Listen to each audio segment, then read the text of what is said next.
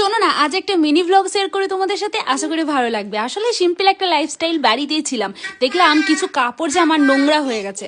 তো সেগুলো ধোয়ার জন্য আমি একটু জলের মধ্যে টোবাচ্ছিলাম আর উঠাচ্ছিলাম, কিন্তু এদিকে আমার পাপা সোনা কন্টিনিউ আমাকে একদম জ্বালাতন করে যাচ্ছিল। এখন আমি ভয়েস ওভার দিচ্ছি, পাশ থেকে তোমরা অবশ্যই ওর সাউন্ডটা শুনতেই পাবে। দেখো, আর আজকাল কিন্তু রোদের জোর ভালোই আছে, একদম গ্রীষ্ম গ্রীষ্ম একটা ভাব চলে এসেছে, সহজে কাপড় জামাটা শুকিয়ে যায়। এরপর আসলাম একটা প্রোটিন শেক নিব। ওয়েটটা প্রচণ্ডভাবে বেড়ে গেছে, ওয়েটটা কিন্তু কমাতেই হবে বন্ধুরা, ওই জন্য একটু লিকুইডের মধ্যে ব্রেকফাস্টটা রাখলাম। আর তারপর দেখো, নোংরা হয়ে গেছিলো ঘরগুলো প্রচণ্ড, সেগুলো একদম সুন্দর করে ঝকঝকে করে ঝাড় দিয়ে নিলাম।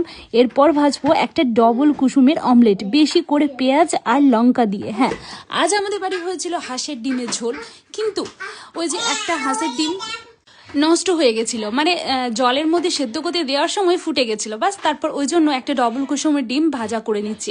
একটা যে সেদ্ধ ডিমটা আছে ওটা আমি আর ভাই হাফ হাফ, আর এটা নিব হাফ হাফ। আর দেখো, অনেকটা মানে পেঁয়াজের পরিমাণ অনেকটা দিয়েছি, ওই জন্য তো ঘাটানোই যাচ্ছিল না চামচ দিয়ে, ওই জন্য আমি হাত দিয়ে ঘেটে নিচ্ছি।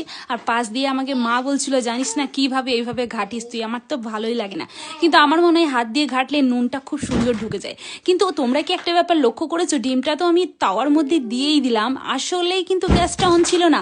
তারপর গ্যাসটা অন করার পর সুন্দর করে আমি ডিমটা একটু ভাজা করে নিলাম। মা দিয়ে